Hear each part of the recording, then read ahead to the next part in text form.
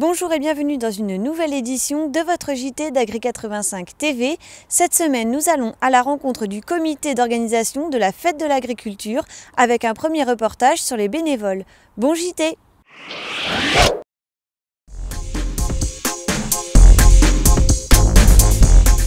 Chaque membre du comité cherche ses bénévoles aussi dans son cercle d'amis.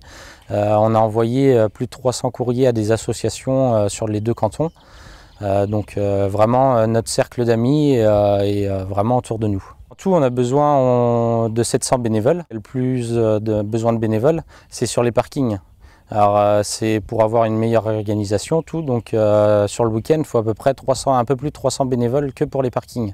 Les bénévoles, ils vont servir à animer la fête, servir les gens au niveau du bar, les animations, faire les animations.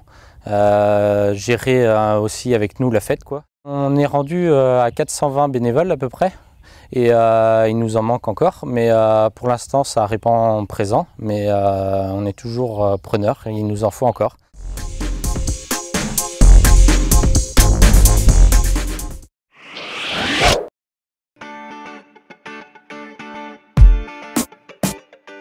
Donc les colliers qui sont sur les vaches ont plusieurs fonctions. Une fonction donc sur l'enregistrement de l'activité des animaux, donc pour ensuite aider sur la détection de chaleur, et une fonction sur la santé de l'animal, où donc les colliers sont équipés également de capteurs sur la rumination, sur l'ingestion et sur le temps de repos. Donc ça calcule un temps d'ingestion, un temps de rumination et un temps de repos. On va calculer des moyennes d'activité et en fonction des moyennes des jours précédents, des moyennes du troupeau, etc. à mettre des animaux en alerte.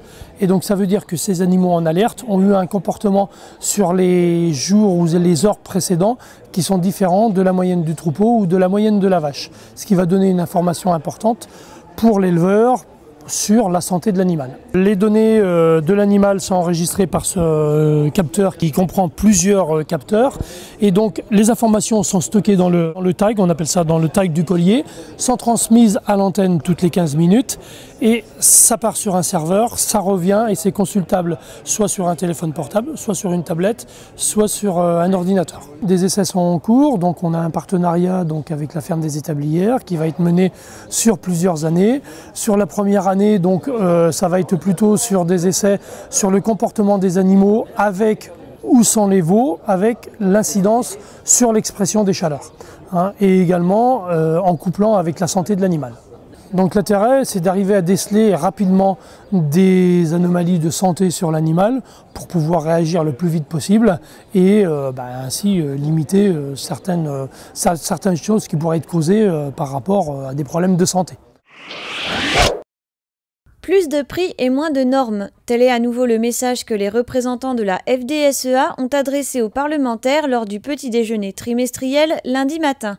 Damien Herriot, président de JA85, a souligné la fragilité des jeunes agriculteurs et a rappelé aux élus de ne pas tomber dans le piège des oppositions entre agriculture. Entendus par les 2 députés et 2 sénateurs présents, les administrateurs ont poursuivi la journée par un conseil d'administration, durant lequel ils ont débattu sur les priorités pour les assises de l'alimentaire.